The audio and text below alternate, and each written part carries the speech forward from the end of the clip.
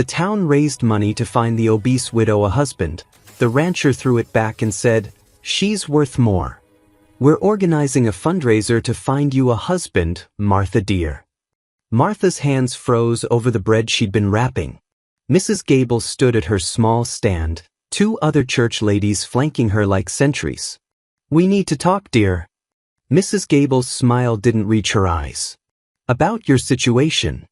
Martha's stomach dropped. She knew that tone, the false sweetness that preceded cruelty. "The ladies and I have been discussing you," Mrs. Gable continued. "Your husband's been gone 8 months now. You're alone. Struggling." Her eyes swept over Martha's worn dress. "We've decided to help." The words hit Martha like a blow. I don't need a husband," Martha whispered. "I just need the money you owe me. 6 months of baking for the church. $200. If you just pay me." Mrs. Gable's smile turned cold. "Oh, you think we owe you?" She laughed. "We've been doing you a favor, dear. Buying from a woman of your considerable size. Most people wouldn't bother." Martha's face burned.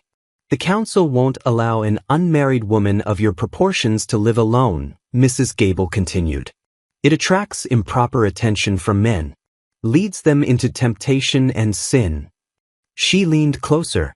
"You need a husband, Martha. For your own good. I'm managing fine on my own. Just pay me what I'm owed and I'll go to my aunt." "Your aunt in Denver?" Mrs. Gable's eyebrow raised. "The one who refused you last month?" "Yes, dear. We know about that letter." Her smile sharpened. "You have nowhere to go. No man would take on a woman your size and your debts.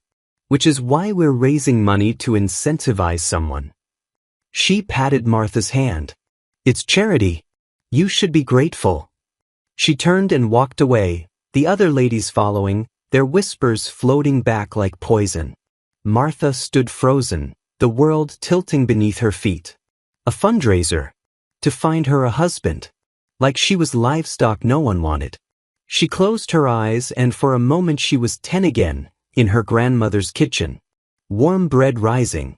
Gentle hands guiding hers. "You have magic in these hands, little one. Someday you'll have a real bakery." Martha opened her eyes. The dream felt impossibly far away. That Sunday, the announcement came after church service. Mrs. Gable stood before the congregation, face glowing with false charity. "As you know, our dear Martha has been struggling since her husband passed. No family to help her. So next Sunday, we're holding a special gathering to raise funds for her future. We'll help her find a suitable husband." The church erupted in whispers. Martha sat in the back, head down, face burning. Poor thing. They're actually raising money to marry her off? Who would take her, even with payment? She kept her eyes on her hands until everyone filed out. The week that followed was torture. Wednesday, 3 boys appeared at her stand, grinning. "Heard about the fundraiser, Martha," one said. "How much you think you're worth?" $5. They grabbed bread from her basket. "Hey, put it on account," another laughed. "Like Mrs. Gable does." They ran off, laughter trailing behind them. Martha's throat burned, but she didn't cry. Late afternoon, small footsteps approached. 3 children stood there, thin and dirty. "Miss Martha," the smallest whispered, "do you have any bread left?" "We don't have money," the oldest said quickly. "But we're so hungry." Martha knelt down and opened her basket. "Take it all." "But—" "Take it, sweetheart." Their faces lit up like sunrise. They thanked her and ran off, clutching the bread like treasure. Martha watched them go, tears finally falling. She had nothing left to sell, but those children would sleep with full bellies. Across town, Sam Brennan walked out of the land office, paperwork under his arm. "Sam," the clerk called. "You coming to the gathering Sunday? Big event." "What gathering?" "Church ladies are raising money to find Martha Henley a husband. Should be quite the spectacle." Sam frowned. "Martha? You know, the big woman who runs the bread stand. They're collecting funds to convince someone to marry her, Something cold settled in Sam's chest. That's what they're doing? The clerk shrugged. Charity, they're calling it. Sam walked away, jaw tight. The woman was kind and hardworking, and they were auctioning her off? Sunday arrived too quickly. Martha stood at the edge of the town square. A platform had been erected. People gathered, buzzing with excitement. Mrs. Gable stood at the front, a basket overflowing with coins. Come, Martha dear, she called. Don't be shy. Every step toward that platform felt like walking to the gallows. Look at her.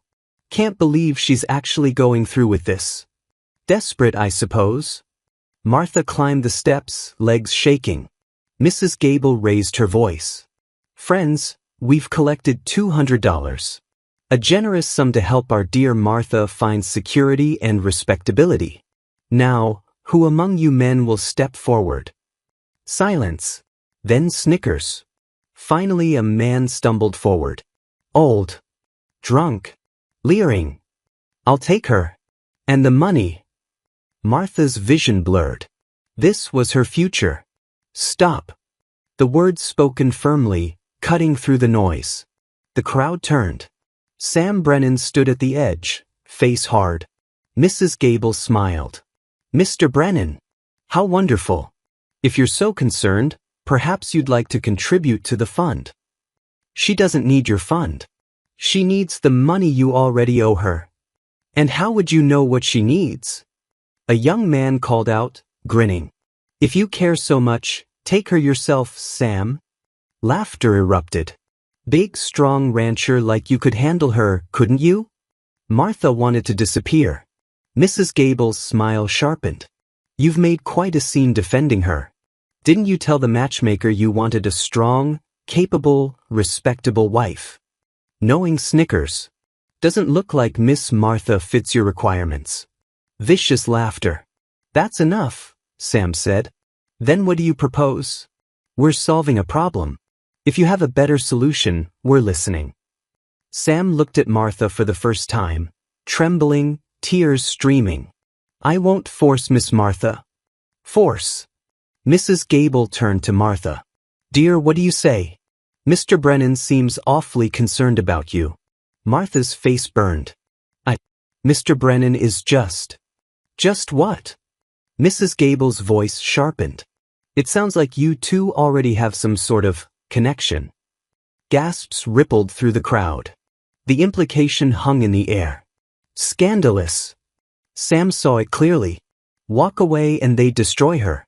Mr. Brennan, Mrs. Gable said softly, if your intentions are honorable, now's the time to declare them. The trap closed. Sam looked at Martha. Fine. I'll marry her. Silence. Then explosive laughter. He actually said yes. The sheriff stepped forward. Witnessed, sealed. Wait, Martha whispered. Too late. The preacher performed a brief ceremony. The crowd jeered through every word. Sam offered his arm. They walked through the laughter and whispers.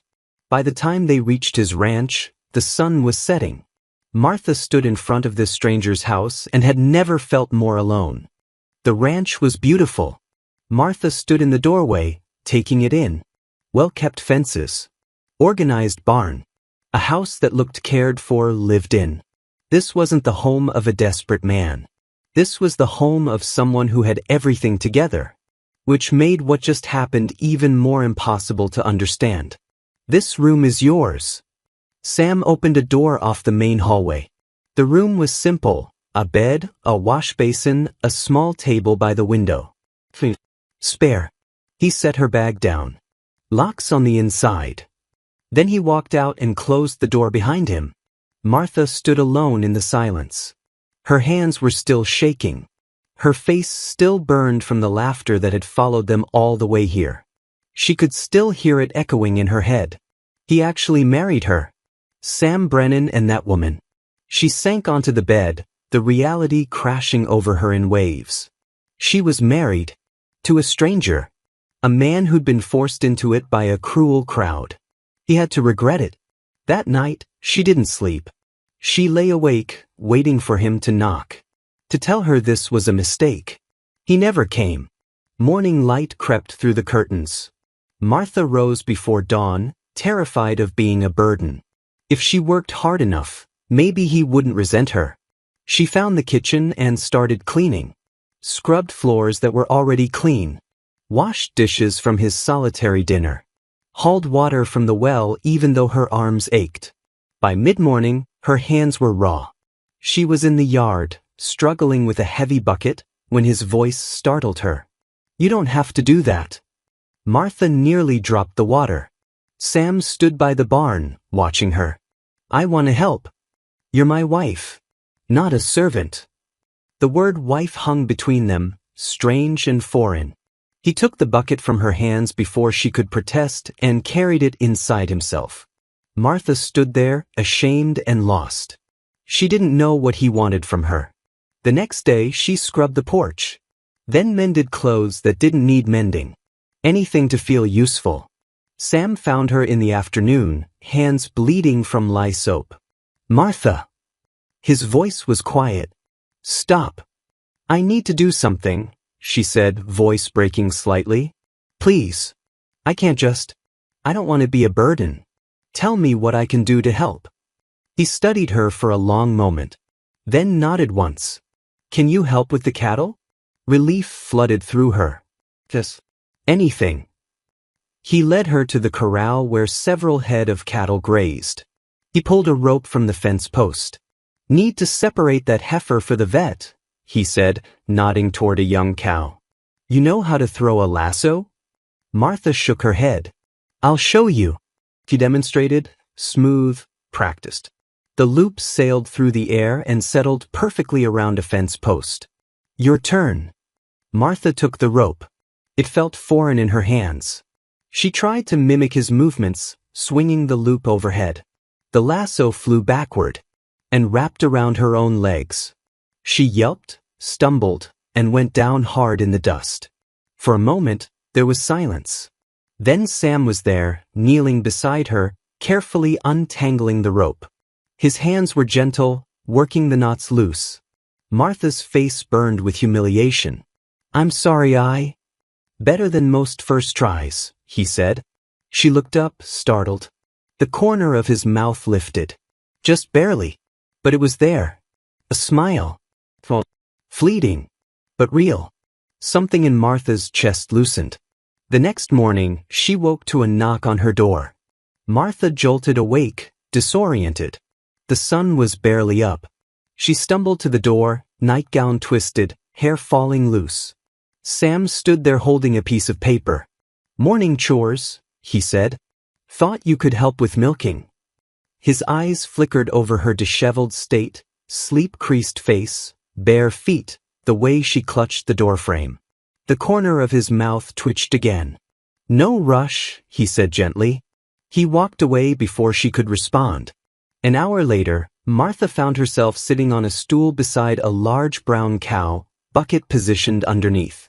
"Just pull steady," Sam said from the doorway. "She's temperamental, but she'll settle." Martha reached for the udder cautiously. The cow shifted. Martha pulled. The cow kicked. The bucket went flying. Milk exploded everywhere, across Martha's dress, her face, the ground. Martha sat there, dripping mortified. Sam walked over, picked up the bucket, set it upright.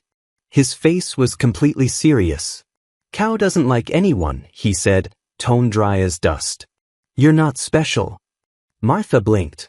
Then, despite everything, a laugh bubbled up from somewhere deep inside her. Sam's expression softened. "Come on. Let's get you cleaned up." That afternoon, she tried again. This time, she managed to get half a bucket before the cow protested. "Progress," Sam said. Days blurred together after that. She noticed things about him. The way he checked the fences every morning at the same time. How he spoke to the horses, low, steady. The precision in everything he did. She also noticed he bought food from town for the ranch hands. Bland stew. Stale bread. The men ate without complaint, but she could see they didn't enjoy it. One evening, she found her courage. "Mr. Brennan?" He looked up from the ledger he'd been reviewing. For the ranch hands. If you'd allow it. He studied her. You want to? I can. I'm good at it. Her voice was barely above a whisper. Please. Let me do this. Something in his expression changed. All right. The next day, she started cooking. The ranch hands gathered for the noon meal, expecting the usual. Instead, they found fresh bread, roasted chicken, vegetables seasoned with herbs. Silence fell as they ate. Then one man looked up. Ma'am, this is incredible. Best meal we've had in months, another agreed. More praise followed. Sam sat at the head of the table, eating slowly. He didn't say anything, but she caught him watching her. Saw the way his expression changed when the men praised her work. For the first time since arriving, she felt like she could do something right. But when evening came and they retreated to separate rooms, the distance between them still felt vast. Martha lay in bed, staring at the ceiling. He'd married her out of pity. She was certain. He was kind. But kindness wasn't the same as wanting her here. Across the hall, Sam sat on the edge of his bed. He could still see her tangled in that lasso, laughing despite her embarrassment.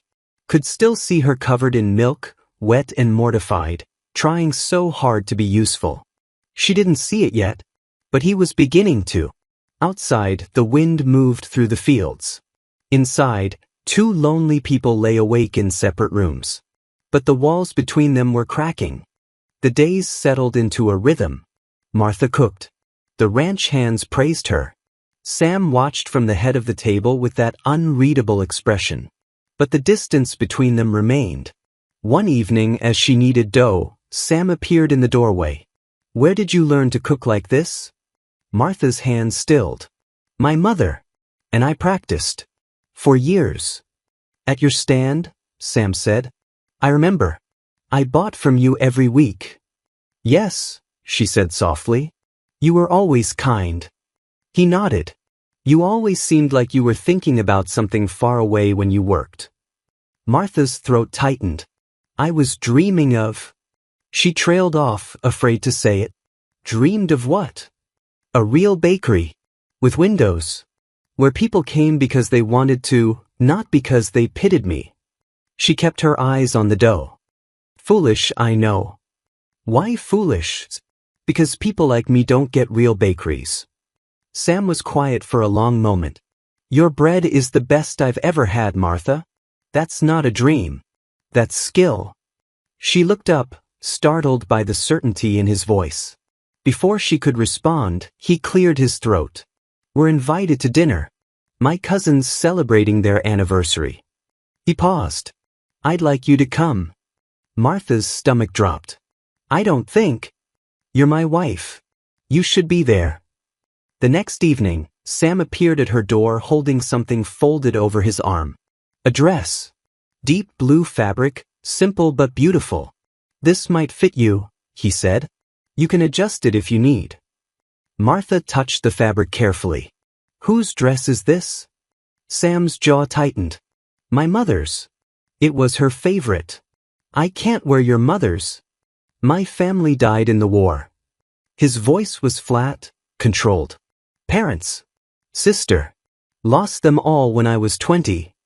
He looked at the dress, then at her. Your family now. It should be worn. Martha's throat closed. I'm sorry. I didn't know. Not many do. He set the dress on her bed. That's why I don't let people close. Can't go through that again. He turned to leave, then stopped. But you're here now, and that dress shouldn't sit in a trunk forever. He left before she could respond. Martha spent the next day adjusting the dress. Let out seams. Added fabric where she could. Her hands shook as she worked. This wasn't just a dress. This was trust. This was him letting her into something sacred. When evening came, she put it on. It fit. Not perfectly, but well enough. There was a knock. She opened the door. Sam stood there, cleaned up, hat in hand. His eyes met hers and he went very still. For a long moment he just looked at her. It fits well, he said finally, voice rough. You look good. Heat flooded her cheeks. Thank you. We should go. The ride to his cousin's house was quiet. Martha's hands twisted in her lap. What if They'll be respectful, Sam said firmly. Or we'll leave. The house was warm and loud with conversation. Sam's cousin greeted them at the door, kind enough. But Martha felt the stares. Heard the whispers. That's his wife. Can you believe? Dinner was tense. Martha sat beside Sam, trying to make herself small. Most people were polite, if distant. But one man, red-faced, loud, already drunk, kept staring. Finally he spoke. Brennan, didn't know you were desperate enough to. Watch yourself. Sam's voice cut like a blade. The man laughed. Just saying what everyone's thinking.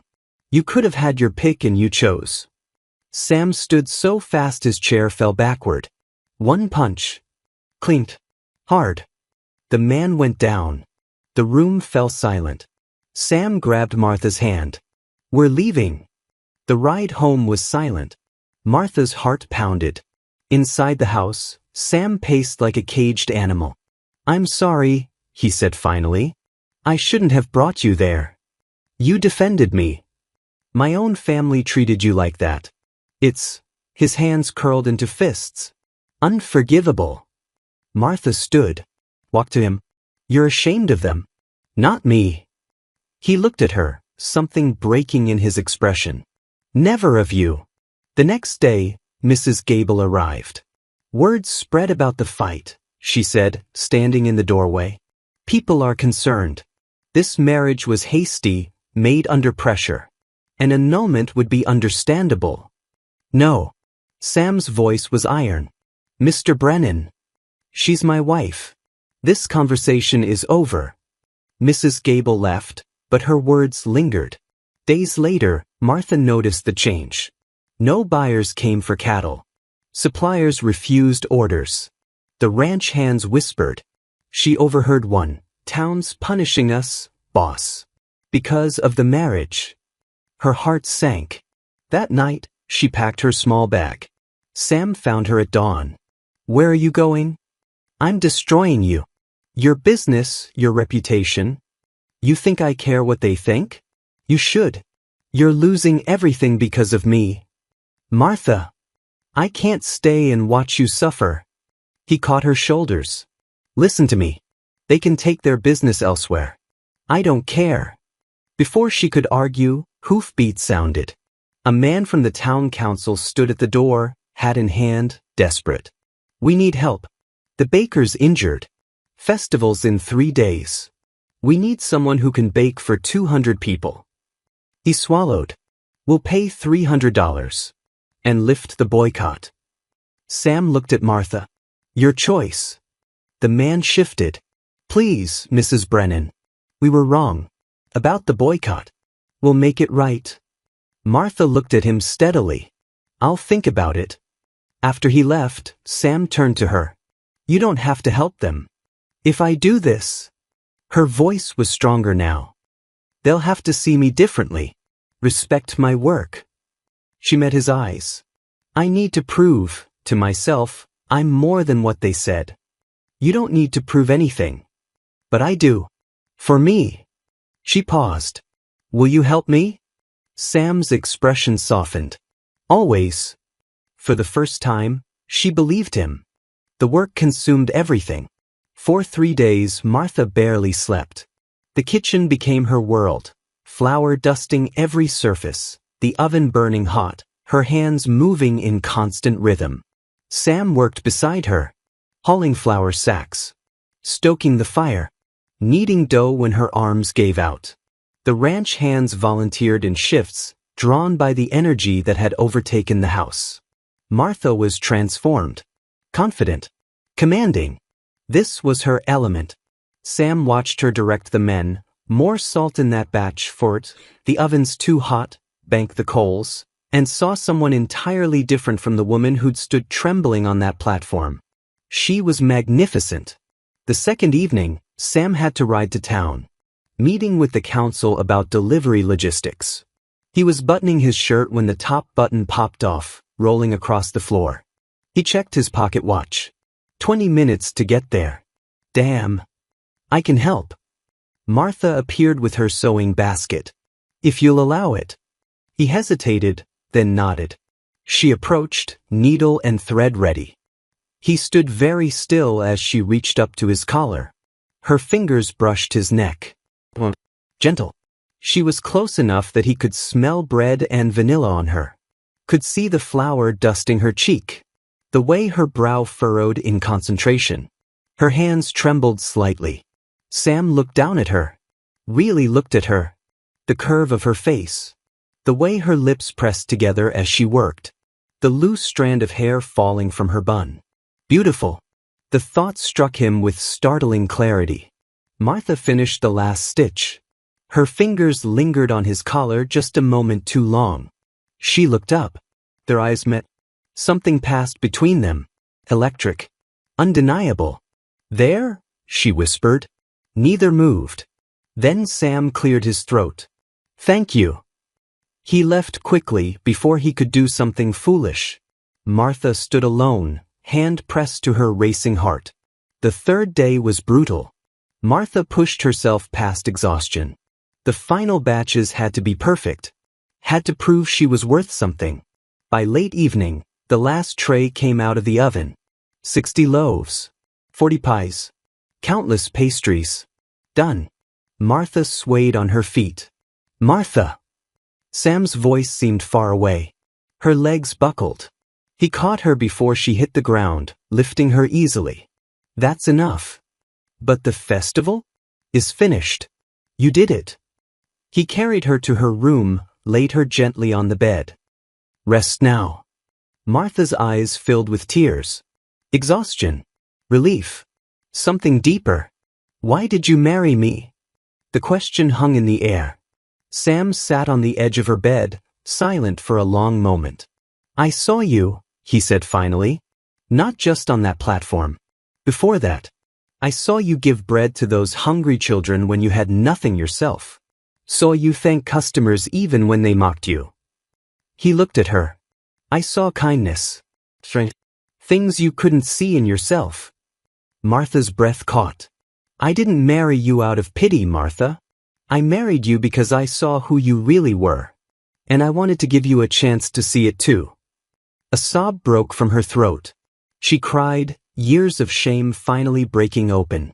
You're remarkable, he murmured against her hair. I wish you could see yourself the way I do. He held her until she fell asleep, then quietly left her room. Hours later, he found her in the bakehouse, curled on the floor beside the cooling racks, completely spent. His chest tightened.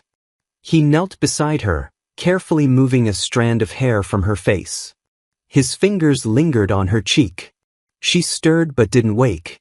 Sam retrieved a blanket and covered her gently. For a long moment, he just watched her sleep. This woman who'd been told her whole life she was worthless. Who'd worked herself to collapse to prove otherwise. She'd proven it. To everyone. Most importantly, to herself. Sam realized with perfect clarity that something had changed in him. When Martha woke, sunlight streamed through the windows. She was covered with a blanket that hadn't been there before. Sam sat nearby, drinking coffee, watching her with an expression that made her heart skip. Morning, he said softly. Morning. Her voice was hoarse. Ready to show that town what you're made of? Martha sat up, every muscle aching. Her hands were raw. Her body exhausted. But her spirit? Her spirit was stronger than it had ever been. Yes, she said. I'm ready. They loaded the wagon together as the sun climbed higher. Sam's hand brushed hers as they worked. Not accidental. Deliberate. She looked at him. He looked back. No words needed. They drove toward town side by side, the wagon heavy with proof of her worth. Martha's heart pounded. Not from fear this time. From hope. The festival awaited. The town awaited. But more than that, her future awaited. And for the first time, she believed she deserved it. The town square overflowed with celebration. Families crowded between booths. Children chased each other, laughing. The smell of roasted corn and cider hung thick in the air. And on the main table, Martha's baking was displayed. Golden loaves of bread. Perfectly flaked pies. Delicate pastries almost too beautiful to eat. People swarmed the table. This bread is incredible. Best pie I've ever tasted. Where did they find this baker? Martha stood at the edge of the crowd with Sam beside her, watching. No one had announced her name yet. They had no idea whose hands had created what they were devouring. Sam's hand found hers. Squeezed gently. Mrs. Gable climbed onto the small stage, clapping for attention. The crowd quieted. Friends, I want to take a moment to thank someone very special. Her smile was strained. Our festival would not have been possible without the generous help of Martha Brennan, who provided all the baking you're enjoying today. The square went silent. Heads turned, finally spotting Martha at the back. Whispers erupted like wildfire. Martha made this? The same woman She can bake like this? Martha's chest tightened. The old shame flooded back. Her hands started to shake. She took a step backward. Sam's hand tightened around hers. You don't have to, he said quietly. But something in Martha stirred. A voice, small but growing stronger. Yes, you do. She looked at Sam. He was watching her with absolute faith in his eyes. I'm right here, he said. Whatever you need. Martha took a breath. Then another. She stepped forward. Sam walked beside her, his presence solid and unwavering. Every eye in the square fixed on them. Martha climbed the stage steps, legs shaking. The crowd pressed closer. She opened her mouth. Nothing came out. The old words echoed in her head. No man would want you. You're not fit for anything. You need charity. Her vision blurred. Then Sam's voice, low and meant only for her, tell them. Martha looked out at the crowd. The same crowd that had laughed when she stood on a different platform. The same people who'd treated her like a burden, a joke, a problem to be solved with money. Her voice came out small at first. You said I wasn't fit for any man. Some people looked away. You said I needed charity because no one would want me on my own. Her voice grew steadier. You collected $200 and tried to sell me. Mrs. Gable's face flushed red. You stood there and laughed while a drunk man offered to take me for money. Martha's hands curled into fists. You made me feel like I was nothing. Like I would always be nothing. The square was silent now. But you were wrong. Her voice rang out, clear and strong. You needed me. You came to my home, desperate, because you knew I had skills you couldn't find anywhere else. Skills you dismissed, mocked. A few people nodded. Others shifted uncomfortably. I don't need your approval, Martha said, tears streaming down her face. I never did. I just had to believe I was enough. Her voice broke. And I have always been enough. I just couldn't see it. For a moment, no one moved. Then someone started clapping. A woman near the front, tears on her cheeks. Then another person joined. Then another. Not everyone. But enough people clapped. Enough that it mattered. The same woman who'd been crying approached the stage. Mrs. Brennan, would you teach me to bake? I've tried for years and I can't get it right. Martha's throat tightened. Yes. I'd be honored. Another woman stepped forward, voice shaking. I'm sorry. For how we treated you. It was wrong. Martha nodded, unable to speak. Sam climbed the stage and took her hand.